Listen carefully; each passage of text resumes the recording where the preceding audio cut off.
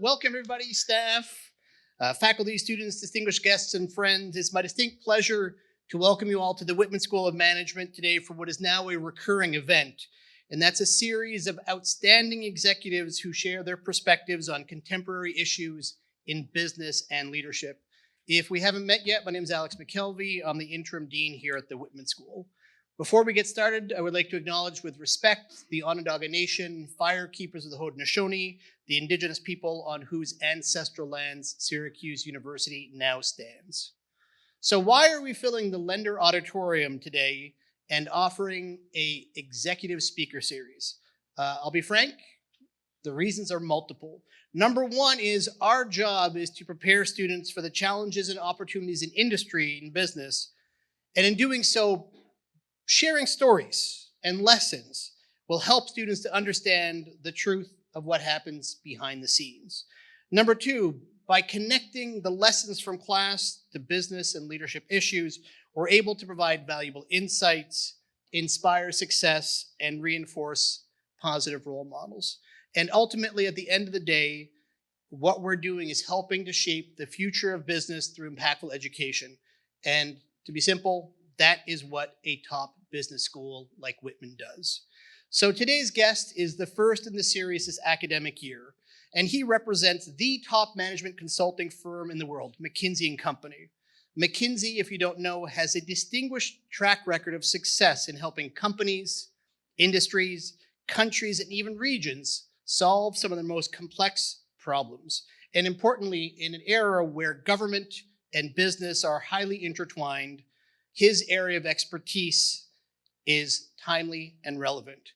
Our moderator for today is the Vice Chancellor of Syracuse University, the Barnes Professor in Entrepreneurship, and the Executive Dean of the Whitman School, Mike Haney. Please welcome our guest and Mike Haney. So thanks very much, Alex. I want to start by thanking and congratulating all of you and echo something that Alex said.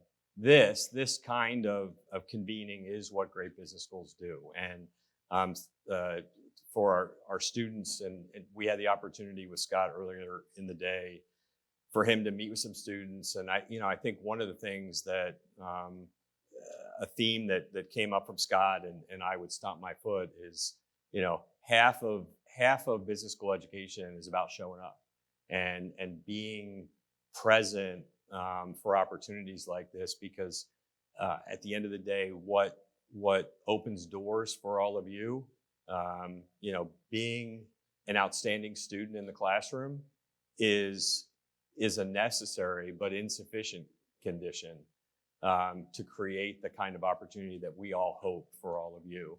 The necessary condition and sufficient condition is actually building relationships and taking the opportunity to meet, get to know, and I think, as Scott put it earlier, have interesting stories to tell when you hit the job market the first time. And these kinds of events represent some of those interesting stories. So thank you, students, for being here. And Scott, maybe we start, since most of the folks in the room don't know you. Maybe we start by, asking you just to share a little bit about your professional journey. What in the course of that journey ultimately put you in a position to be and hold a very senior leadership role. Yeah.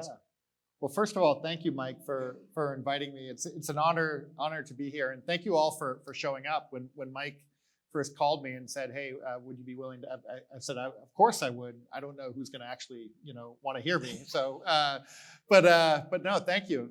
Very excited, and so again, Scott Blackburn.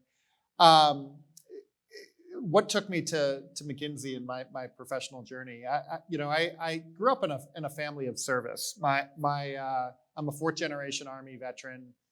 But my dad was he was in the Army before I was born.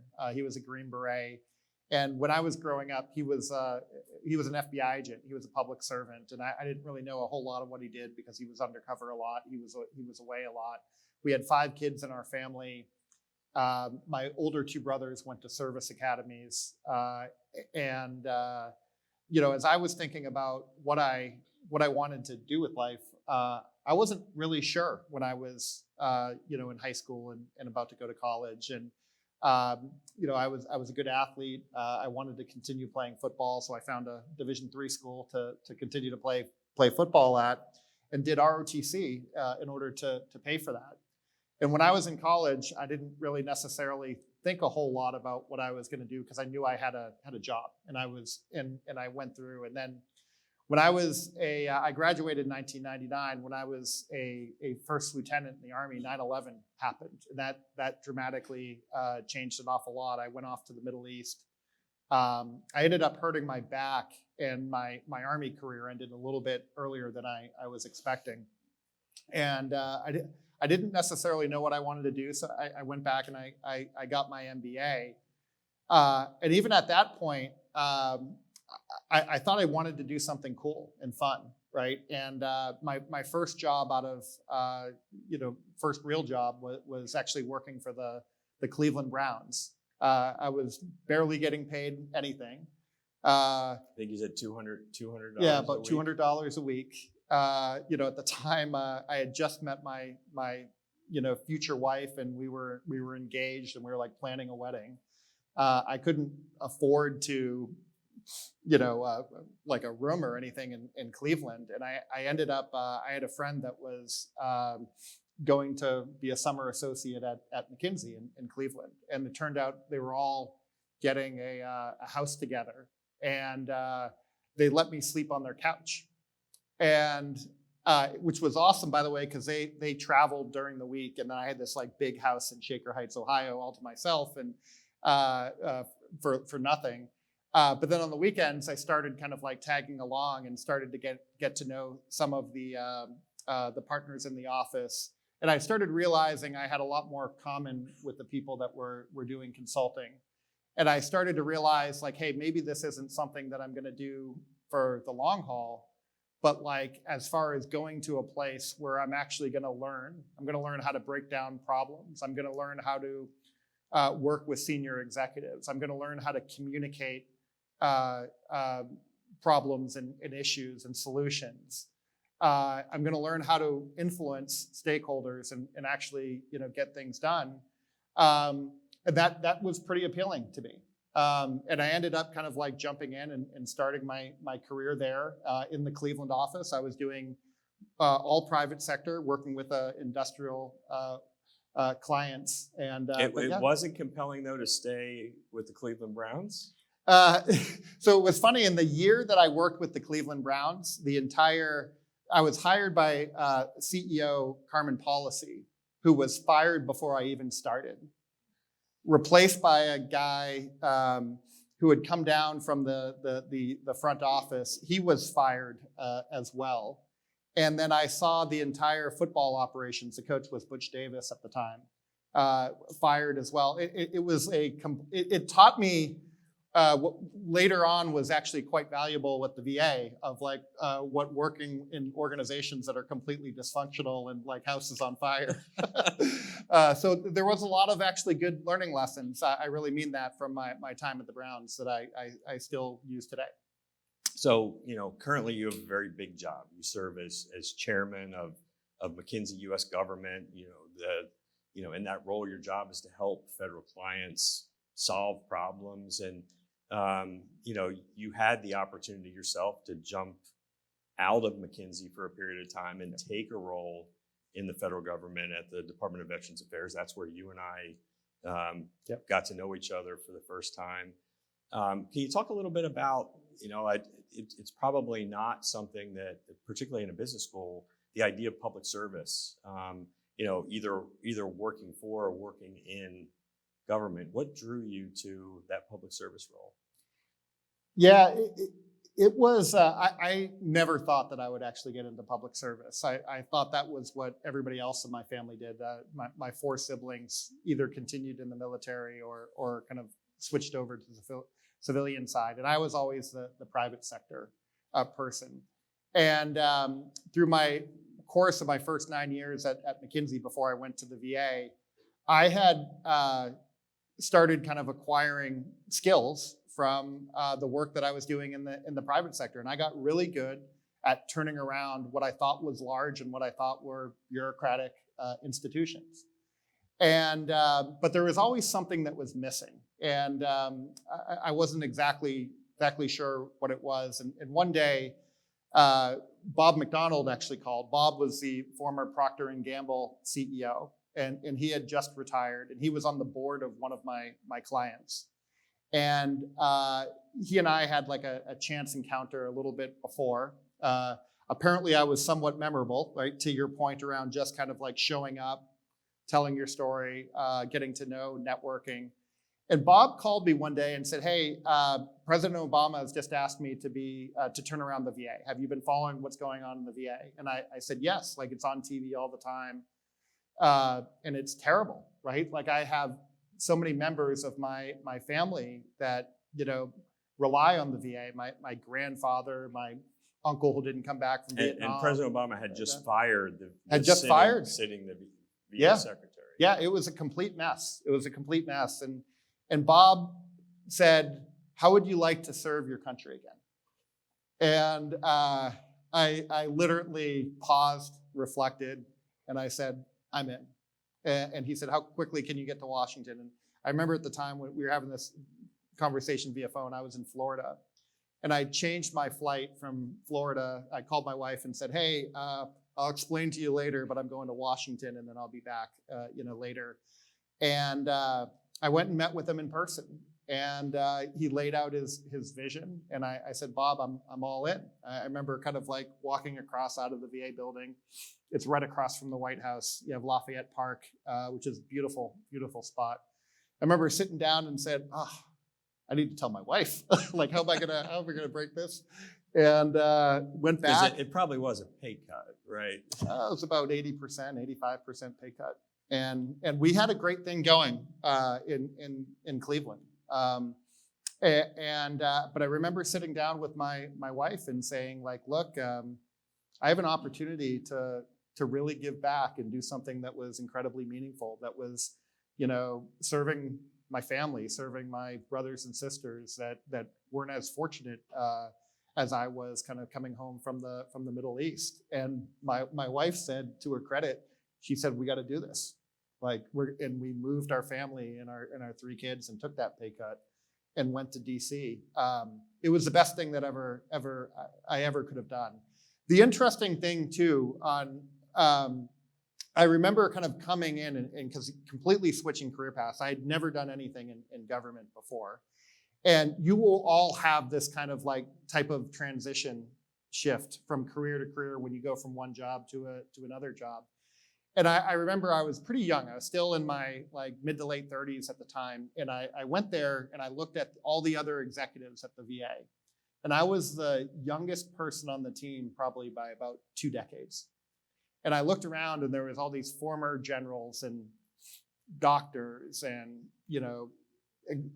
like high-ranking executives that were more at kind of the end of their career. And they all knew government, and I didn't know anything about government. And one of the things I tell people, it was kind of a little bit of my, a couple of weeks in, I had a Karate Kid moment. And what I mean by this, if you ever saw the original Karate Kid moment, there's a famous scene. And if you haven't, please watch it. It's an amazing movie. But there's a famous scene in which Daniel, he goes to Mr. Miyagi and he wants to become a karate master. And Mr. Miyagi says, "Okay, great, show up at my house." And he has him do all these chores, right? Wax the floor, paint the fence. At the end of the day, Daniel gets really upset. He approaches Mr. Miyagi and he says, "I asked you to make me a karate master, and all you've had me do for the last couple of days is just do your chores. Like, what's going on?" And Mr. Miyagi says, like, paint the fence, and he throws a punch, and Daniel blocks it. And, wax the floor, and he does this, and he does the kick, and Daniel blocks it. And Daniel has the aha moment in which he says, like, "Oh my gosh, like, I was doing chores. I didn't realize I was building these skills that could make a difference in what I was doing." And I had this moment, maybe a month or two in to the VA after having this imposter syndrome of like, oh my gosh, like McKinsey in the private sector has trained me to do all these certain things that I didn't realize I even had the ability to do. And I might not know government, but they don't know how to turn around a large institution like I have in the private sector. And the marriage of those, you remember Bob Snyder, what I learned from people that were taught me the government, and then what I taught them about some of the best practices. And that's where the magic started to happen and started to build the confidence. It was awesome. So, build on that a little more, between your time in the military, then your time at VA, how have those experiences impacted how you approach the work you do at McKinsey? It's made me so much better as a consultant and as an executive counselor. And for those that aren't totally familiar with consulting and what McKinsey does is corporate executives pay an awful lot of money for advice. They expect us to be able to solve a problem that is like their specific problem that they're wrestling with, right? And they need you to understand that problem. They need you to listen to them. They need you to not just do it in theory, but actually truly help them, right? And we like to think we're the best. I appreciate the introduction. There's others that are very good, as well. But one of the things that I don't think I necessarily appreciated until I went to the VA and had that was I'm now a lot more empathetic to senior executives. Having been in that role, I'm a lot more understanding of some of the challenges that they have, having real life experience. I appreciate more kind of the implementation and how difficult their job is. And I remember I used to come in and think like, oh my gosh, this should be their biggest problem. Why are they distracted? Right? Like, what's wrong with this client? Why aren't they listening to me? Or why aren't they doing what I tell them to do? Right? And I think having switched sides and been in their shoes, and you understand that, like, you have other things going on. You have other priorities. You have employee issues. You have personal issues and things like that. It's made me a lot more empathetic and a lot more better of a client counselor. So let's talk about teams and how you build a team. One of the things that I think it would be very interesting for this audience to hear is, when you look at folks looking to come to McKinsey to be part of the team, how do you think about who you bring on, what matters, what kinds of experiences, fit, culture, all those kinds of issues. What's the lens that McKinsey applies to those questions?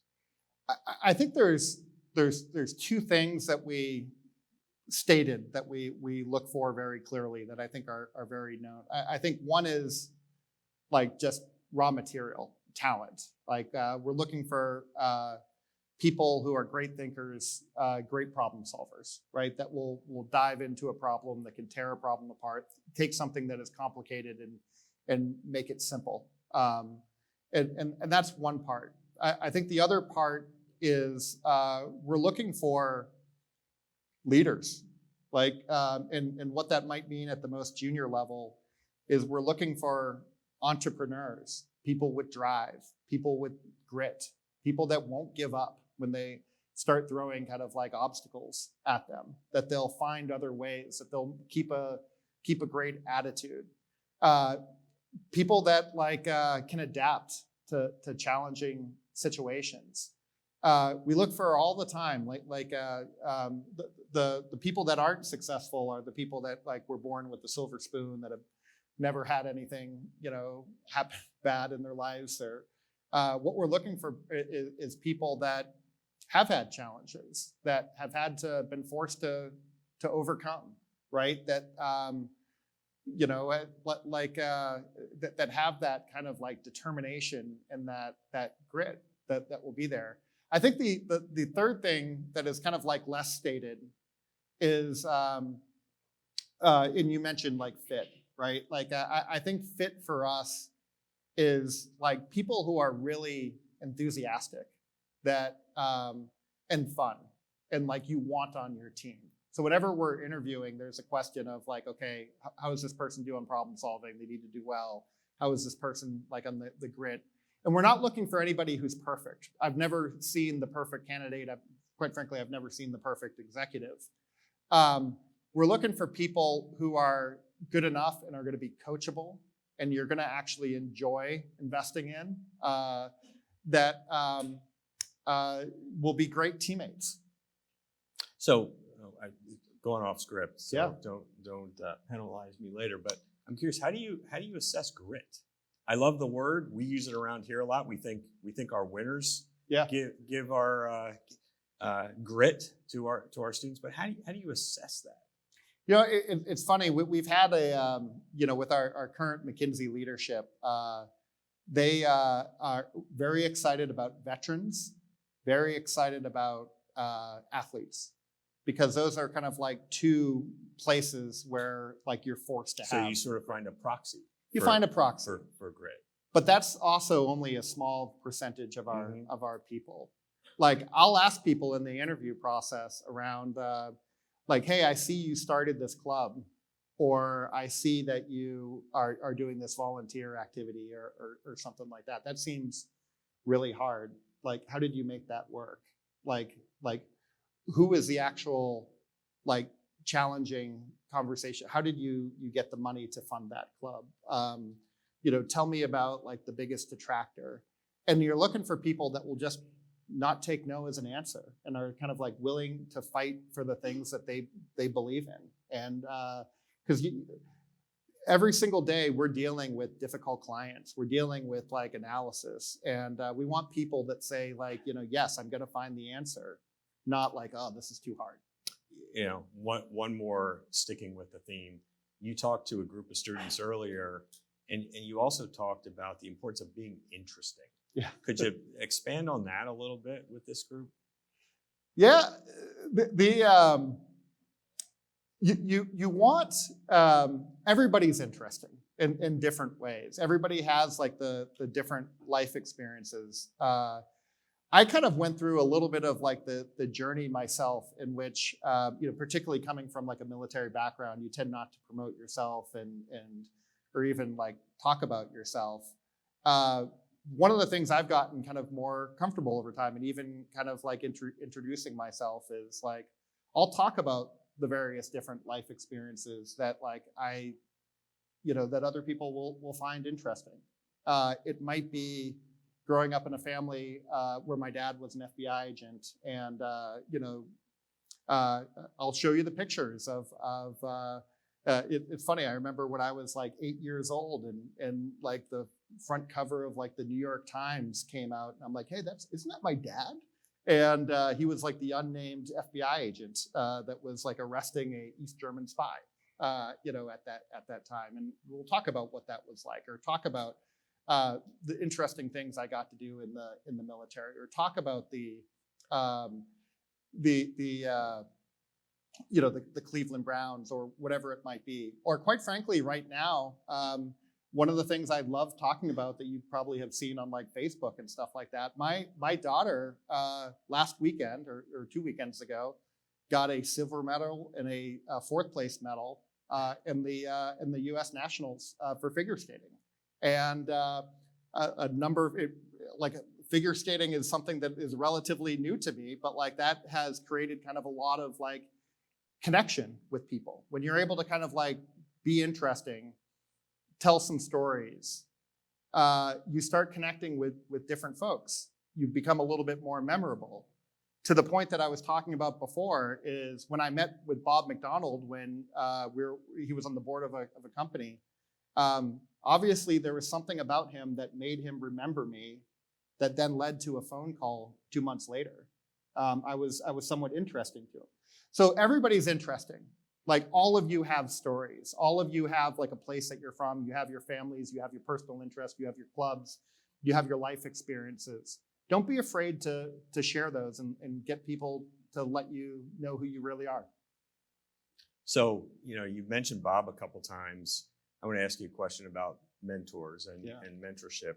I think in all facets of life, it's important. I think in business, particularly, having mentors, trusted individuals that you can go to for advice and counsel is important. Can you talk a little bit about how mentors have impacted your journey? Yeah, you bet.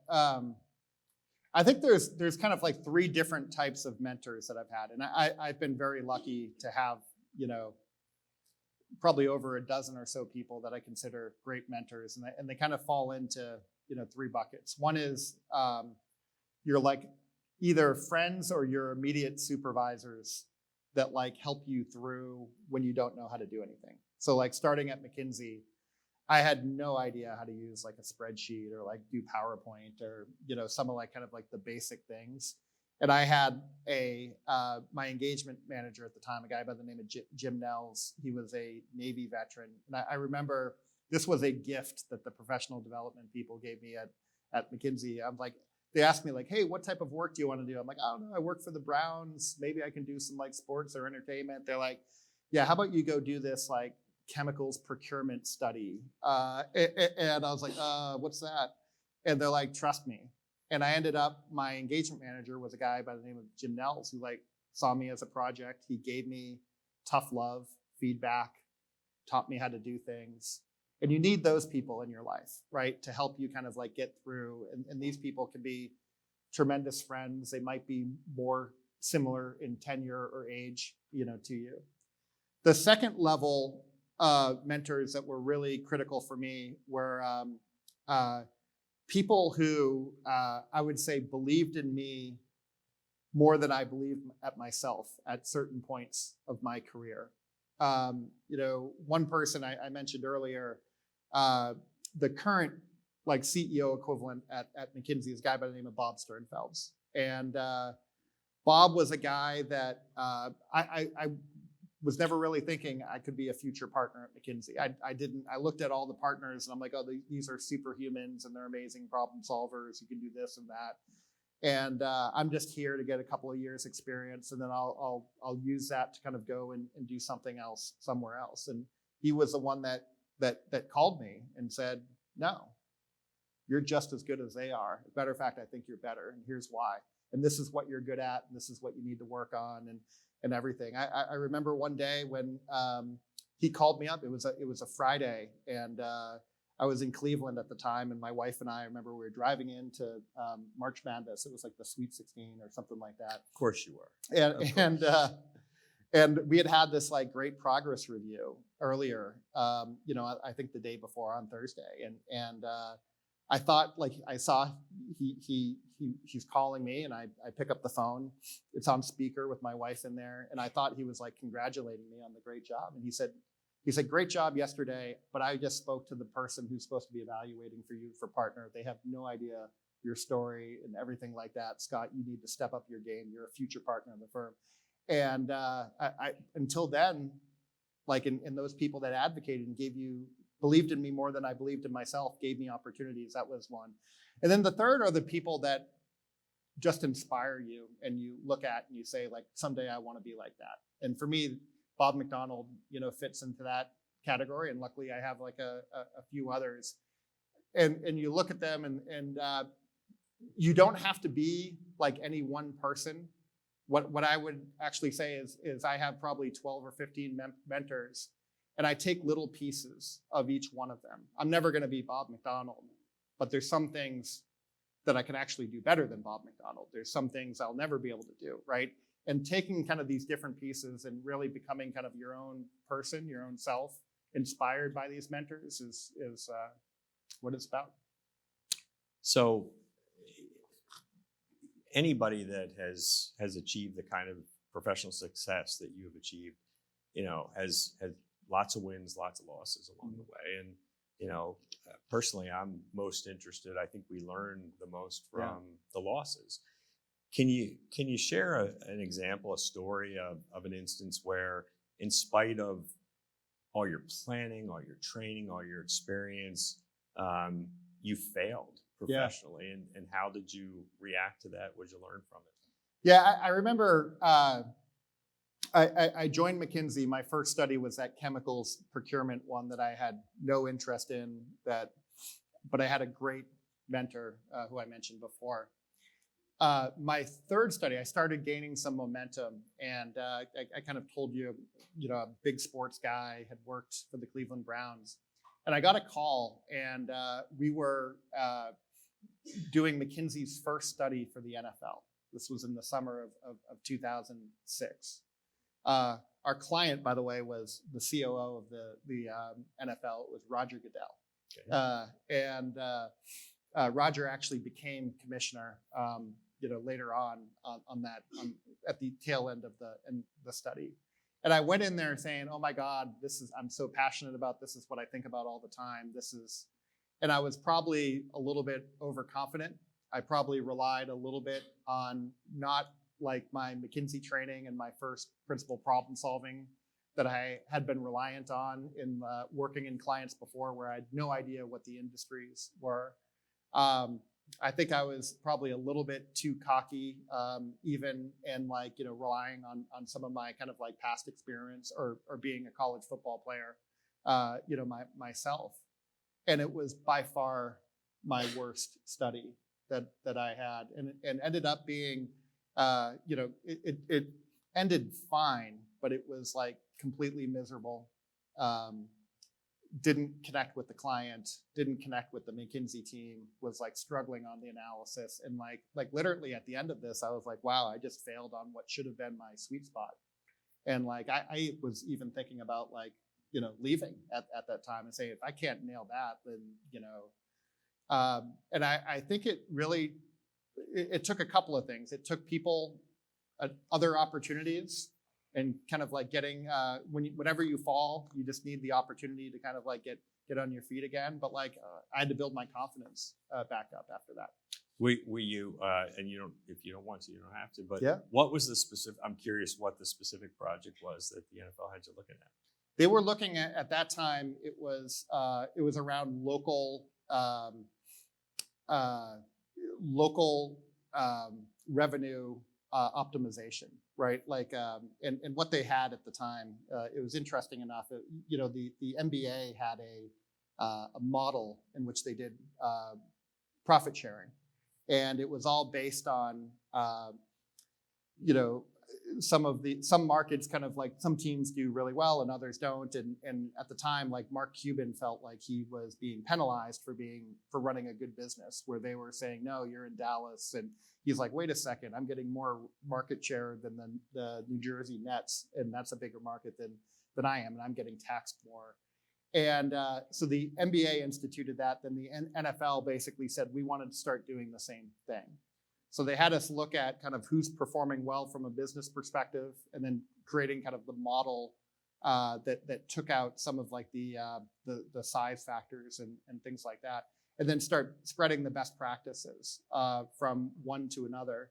I had the work stream at the time of looking at like sponsorships, and like who is doing sponsorships really well and who is it not doing so well at the time as an associate. Another one had ticket pricing. Matter of fact, the guy that had ticket pricing was my colleague, Stephen Hogue, who was amazing, was a great friend, ended up being the president of Moderna later on.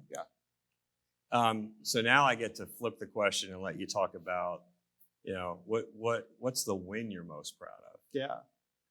So, like after that NFL study, I was kind of like a little bit down in the dumps, and I didn't think I was good enough to be there, and also like, hey, if I just kind of blew what should have been my dream study, like what other opportunities am I going to get? And I ended up going and having an opportunity 2 studies later to with this like steel company in the Midwest. And again, it was one of these ones where like I shouldn't have, like I had no interest in like steel, at the time, and I still don't. But what I remember going and sitting down with the client And I'm thinking like, man, he's a great guy. Like, and he believes that what he does is actually changing the world.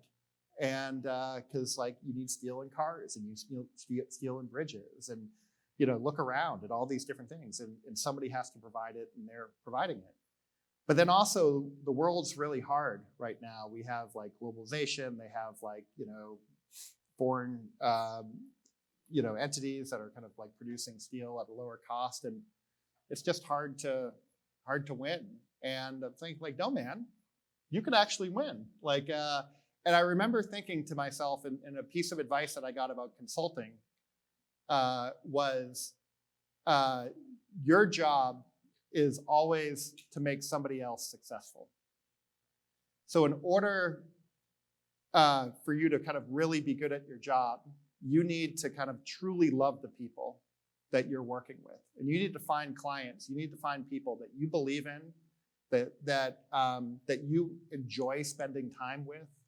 And like me and this client just became friends. And I was like, I thought it was so cool how infatuated this guy was with like the steel business and how much he thought he was changing the world. And I just wanted this guy to be successful. And I wanted him to believe that he could win. And I think it was a case in which I believed in him more than he believed in himself. And I just truly enjoyed it. And I enjoyed every act, and I worked my butt off to make this guy successful. And interestingly enough, like this was in like 2007, and which there was like then a massive downturn, like they lost half their business and everything like that. And had they not started the transformation with us at the time that they did, this company would have gone bankrupt.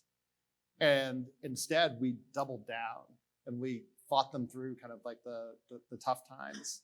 And they emerged as like like the industry leader at the end of this, and they're still that company is still thriving today.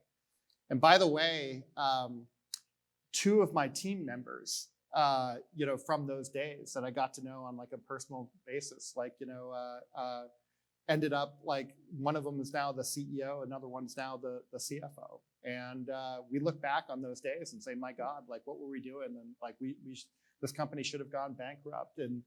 And both of them look back and say that was the pivotal moment of my career, in which has now allowed them to kind of ascend to CEO and CFO. And I take a lot of pride in that. And as a result, I actually still serve that client today, by the way. And that's like kind of a little bit of hobby when I'm not doing the government stuff. And I take a lot of pride in that. And yeah. Cool.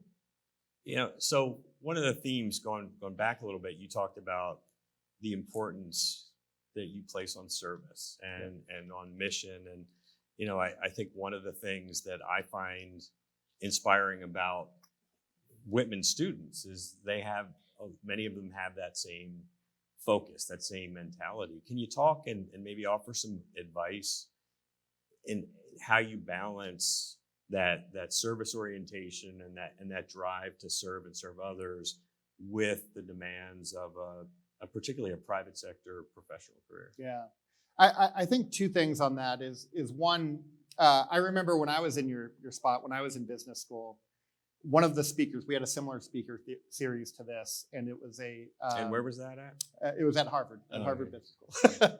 And it was a woman CEO, and who had just had this absolutely remarkable, life, successful career, raised a couple of kids, and somebody said like, you must be superwoman. Like how did you do this? And I remember something that the woman CEO said at the time. She said, you can have it all, just not all at once. You can't do it all at once, right? And she talked about, yes, my path, it might look like I'm this like superwoman, but like it wasn't always that easy. And I had to have like these different chapters in my career, and I had to step away for family issues and things like that at different points. And, it's been the same for me, right? Like I've been able to do a lot of really cool things. I've been able to serve in government. I've been able to, turn around steel companies. I've been able to work in the NFL. I've been able to, raise like 3 amazing kids and all these things. But like, there has been kind of like the different chapters and the different times in which like you have to lean in to what you're doing in your career, and then there's some times where you might have some of the other priorities. One of the things that I when I was leaving McKinsey to go to the VA, Katie George was one of my mentors. She was a senior partner, and I remember telling her that I'm leaving McKinsey. We were running the manufacturing practice together at the time, and Katie said, "Hey, this is great. I'm very proud of you." And she said, "How much, you seem to be very passionate about veterans issues, and like you're telling me about your family history and your friends and everything, and the reasons why you're doing this." She said, "How much time have you spent on veterans issues over the past 9 years that you've been at McKinsey?" And I said, "Well, not very often, because I've been so worried about being good at my jobs and everything." And she said, "Well," she goes, "maybe if you just spent a little bit of time, you wouldn't be having this midlife crisis and leaving us and going into government and taking a 80% pay cut." And she said, "If you come back, when you come back," and she said, "I hope you come back, don't repeat that." And others told me the same thing. Take a piece of what you're doing and figure out what fills your bucket. And for me, it's working on veterans issues, right? Like I get genuine excitement, from that every single day. I want to be relevant in this. I want to help out. I work with literally over 20 veterans nonprofits. I'm still very active in this community. But it fills my bucket, right? And when I have hard days and work is hard, you have these things that actually give you energy. And the more that you can actually unify these things, and like McKinsey's been great. All my sponsors at McKinsey love what we're doing in the veterans area, whether it's recruiting, retaining, thought leadership, pro bono service, whatever it might be. Helping clients think about their veteran strategy, which isn't a paying thing. It tends to be kind of like an add-on to our client service. Do it all the time. And it helps me get through the hard times, right? So that you can do both. And I would encourage you, everybody should have their purpose. And by the way, it also makes me more interesting, right? When I go to, people bring me into to clients all the time. I was with a retail company 2 weeks ago, and the president of the business unit was a Navy veteran, and we introduce each other. Yep. Boom. We have that instant connection. Start telling, you immediately become more effective. Yeah, you're making jokes about the Navy, right? Yep. And it's and it gets into the being interesting type of Yeah. piece, because some people care about the military aspect of what I do. Some people just want to talk about my daughter's figure skating. Some people want to talk about football. Some people want to talk about being from New England or, whatever.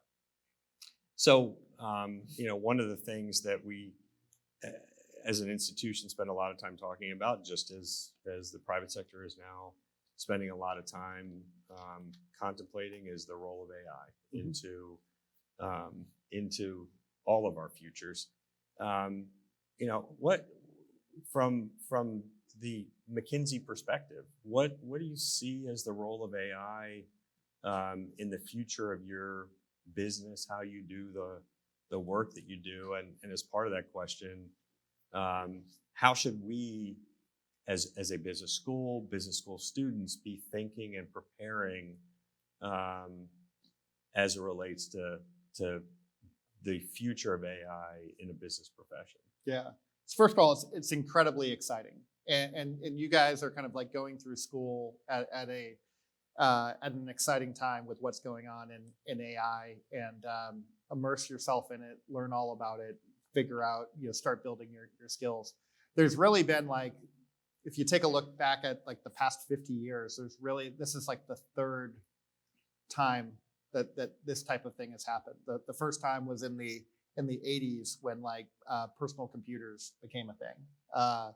The second time when I was in undergrad, right, which was the late 90s into the early 2000s, which was the advent of the internet. It changed everything. When I was in high school, we took typing classes, right? And like the world dramatically changed in like the next 5 years. And we're in the front end of like the world dramatically changing in the next 5 years. And I think it's super exciting.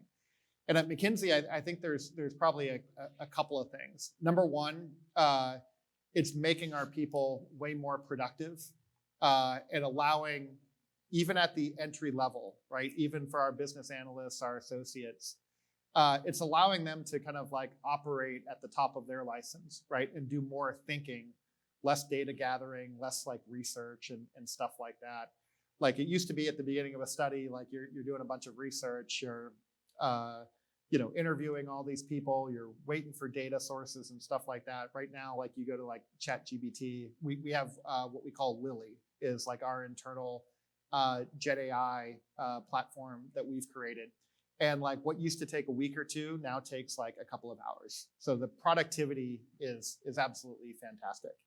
I think too is just kind of like the innovation and like the different business ideas that are going to happen. It's kind of interesting. Like I remember a few years ago when the pandemic hit, people were like, oh my gosh, like your industry is going to be devastated. I think we're all kind of bracing ourselves. Or even like with Doge and the federal government this year, oh my gosh, like your industry is going to be devastated. It's actually the quite opposite. Whenever there's like a disruption, our clients are all turning to us and saying, how do we deal with this disruption? Like, and that's actually what's going on right now. Like with every single one of our clients, it's how is this going to harm us and disrupt us? And what are the opportunities that are coming from? And the opportunities are super, super exciting, right? Different things. The one other thing too that I would think about from like a career standpoint is like get really smart on and what's exciting to you. There will inevitably, we're about to walk into like an AI bubble, right? We had the internet bubble.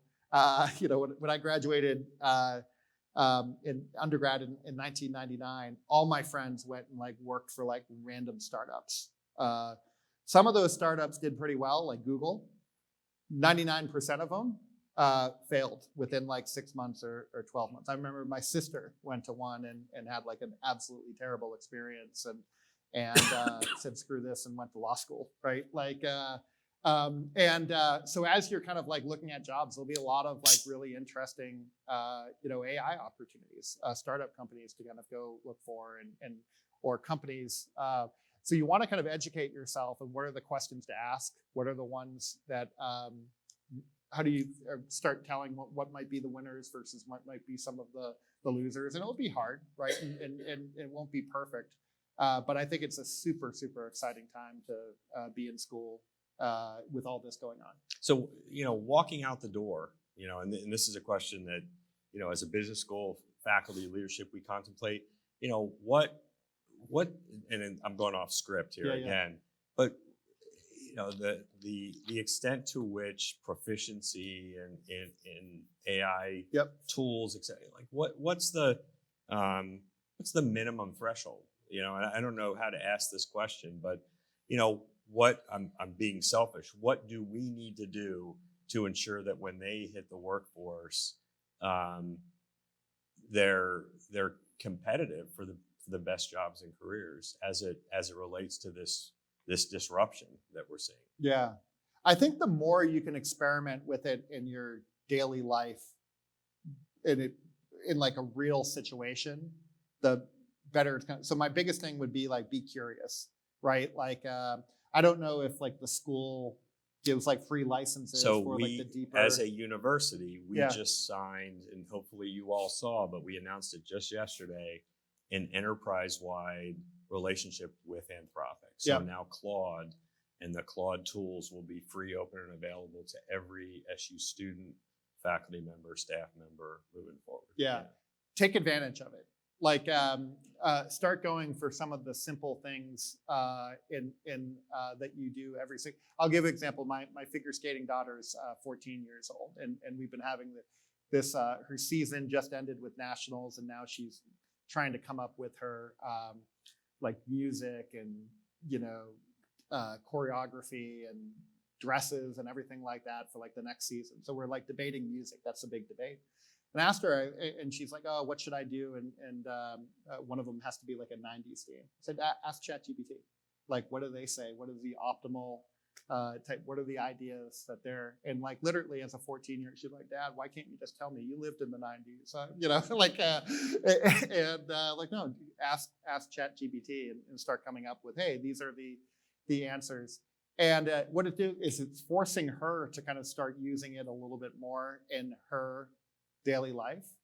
So like I would use some of these advanced tools. I would start creating agents, right? Like, and I'm just learning about this. Like I'll literally have like one of my business analysts on my team of like teaching me of like, here's the different agents that they're using to improve their productivity. I'm like, my God, how did you actually do that?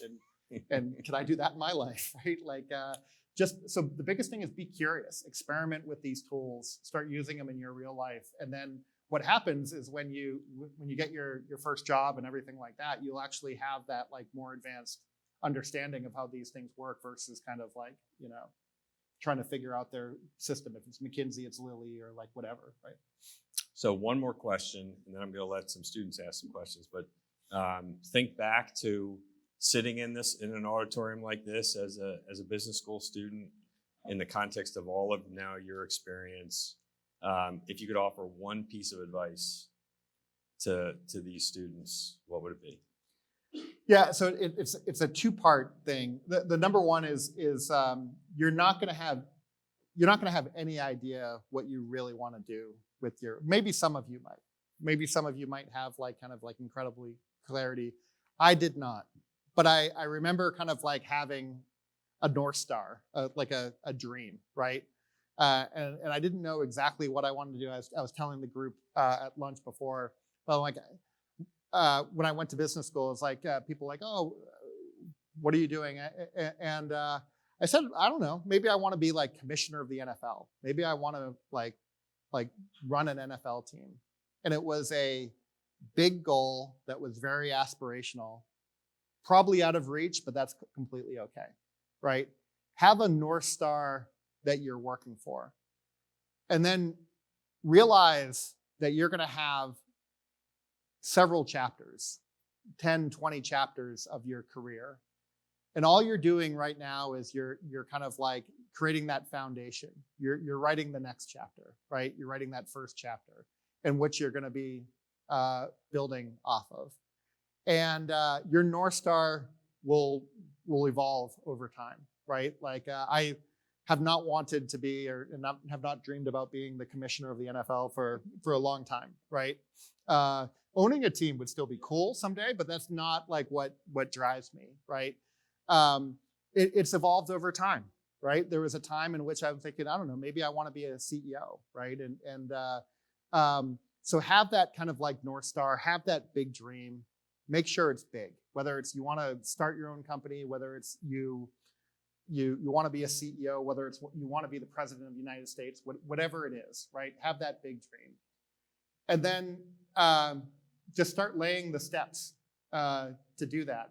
Understanding that you're going to have kind of many chapters, and every chapter that you have should be creating more option value and be opening more doors and getting you closer to whatever that is, just knowing that North Star is going to drift over time.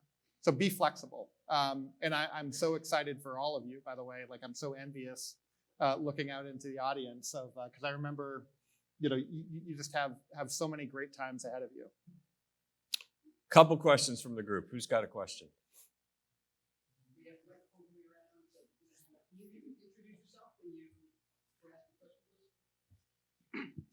Hi, I'm Sutton. I'm a senior. What kind of skills from the Army do you feel like translated into the consulting world when you entered that? Yeah, great question. I think there was two things. There's one which was like around leadership and teamwork. One of the great things about the Army was I led a platoon of 18 people. I was a scout platoon leader. And how I showed up every single day, like all those 17 other people were looking at me, and I was setting a standard At 22 years at 22 years old. And some of those people were older than me, as well. And we needed to have a high standard because of like the type of work we did. Like people's lives were on the line, right? And I needed them to have enough confidence in me that they were willing to kind of like say, look, I trust Lieutenant Blackburn with my life. I also needed to have enough trust in them that they would follow me, and that if I needed it, I could trust my life with them as well.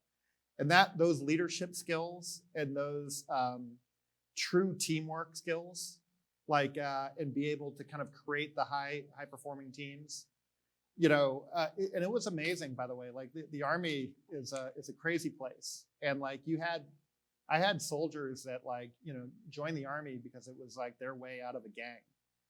Private Hernandez, I remember him telling me his story in Corpus Christi, Texas, just being blown away. I had other people on the other side that had never seen a person of color, before. Grew up in a farm in Kansas or whatever.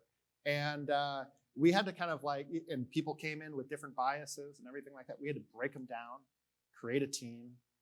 And they became like the best of friends, and really like this. It was all males, so it was a brotherhood, right? That we had, and learning that experience at a really young age. That's applied. The other thing, though, that is almost kind of a little bit surprising to some people is the problem-solving skills, particularly the very practical problem-solving skills. My platoon was located in Alaska. I remember a night, and I used this for my business school interview. I remember at the time I was dating my wife, and this was one of the first, speaking of be interesting, whenever you're meeting your spouse, that's another good time to be interesting. But I remember telling this story, because my wife was a sportscaster at the time, and I remember it was like almost intimidating going on like the first date with her. And I remember telling this story about being dropped out in the middle of the Arctic with my platoon at -40 degrees at midnight. And it was pretty irresponsible now that I think about it. But we were in a Chinook helicopter, and there was too much snow and it couldn't land. And the pilot called over to me as a lieutenant and said, what do you want to do? And I said, well, how close can you get us? We'll just jump. And we threw our stuff out, and we jumped about 10, 15 feet into the snow. We had to dig ourselves out. And then all of a sudden it's -40 degrees, and we have 5 miles that we need to go before a certain, I think first light, which in Alaska is 11 o'clock in the morning, right? And but we had to get there. We actually had to figure out how are we actually going to do this, and there was an expression in the Admiral Eric Olson that used to lead the special operations would talk about and said, look, when the map tells you one thing and the terrain tells you always go with the terrain. It was that real practical problem solving of I know what the mission was. There's no way that we can accomplish it because there's 10 feet of snow on the ground. It's -40 degrees. How do we actually overcome? And that real life problem solving has also really been to my advantage in consulting. Who else has a question? Right here in the front.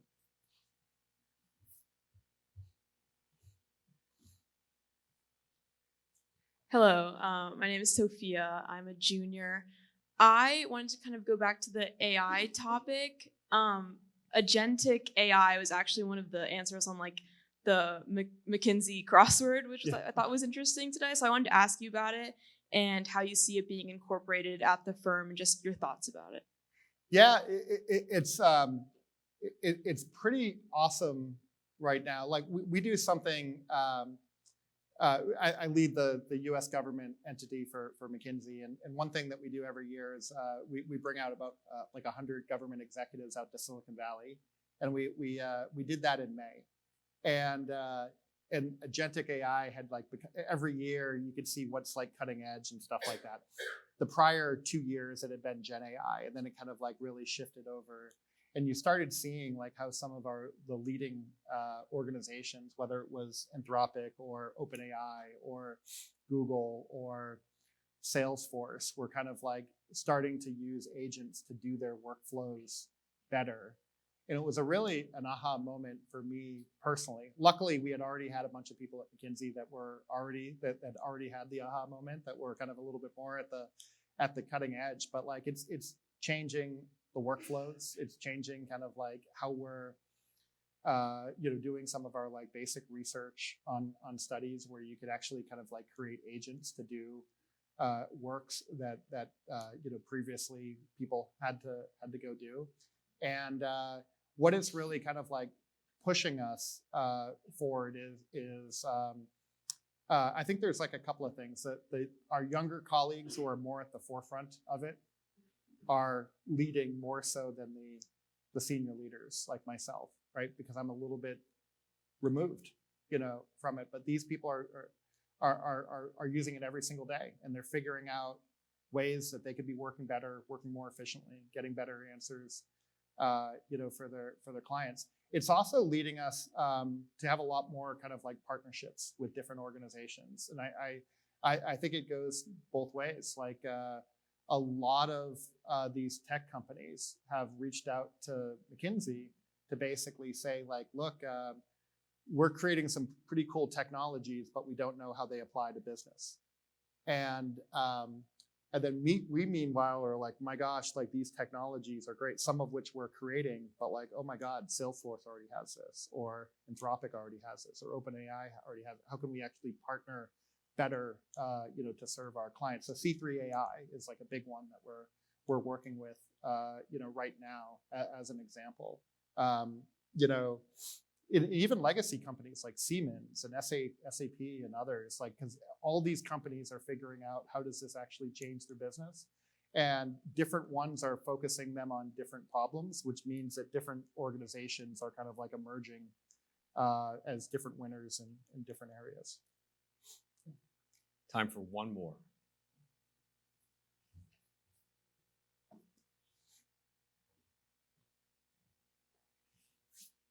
Hi, thank you for coming here today. My name's Lorenzo. I'm a senior. Neutrally speaking, it's hard to ignore the shifting relationship between government and private enterprise. We're seeing that kind of unfold recently. Given your experience in both sectors, what's your sort of personal view on the government's role in producing positive societal outcomes, and how does that interact with market solutions, so to speak? Yeah. Well, first of all, it's been a wild year in government. That's a good provocative question he just threw at you. I like that. It really has been, and some in not so great ways, and others, and maybe possibly good ways. And I think one of the things that we're trying to do is kind of like the companies in the private industry don't necessarily make policy. We don't necessarily elect our leaders. Like, we all individually have kind of like the votes that feed into that. And understanding kind of like what direction kind of the government is using, is pushing towards, and how kind of like ourselves as a company, like McKinsey in this case, or just like our clients, in a lot of ways. A lot of our clients are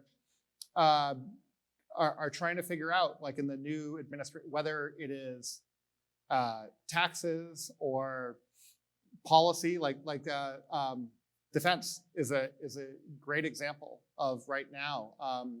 The traditional primes are being disrupted, the Lockheed Martins and Northrop Grumman's of the world, and they're trying to kind of like adjust what is their role in like and what are the decisions that are being made right now. What are the implications of them going to be, like, not just in the next 3 years, but over the next 5-10 years, and how is this gonna shape their strategy, and how do they better meet the needs for better societal outcomes, right? In that case, it is a better defense, safer world. But it is complicated right now, and it's been very complicated over these past 8 or 9 months. And I think geopolitics is far different. We have one of our fastest growing practices at McKinsey is geopolitics. And the reason being, we didn't have a geopolitics practice until about maybe 18 months ago. And right now, every single one of our clients they're not asking us to speculate, hey, what is the Trump administration going to do, or what is France going to do, or anything like that. But given the fact base of what's actually going on, how do they make better strategic decisions going forward? Because the world is shifting every minute, particularly when on Truth Social, there's a new surprise every single day. Yep. Yep. And you guys are dealing with that in higher ed. Yeah. It's it's tough. I was telling you guys were not around, but when we went through COVID as a university, and my role then was to manage our response, and I feel like it's deja vu, because then it was we had a governor at the time that was making policy on Twitter, and we would make a decision, and the next day that decision was invalidated by some elected official or policymaker. It was very challenging to sort of navigate your way through. Yeah. Well, Scott, thank you very much Thank you. for coming out today. Truly appreciate it.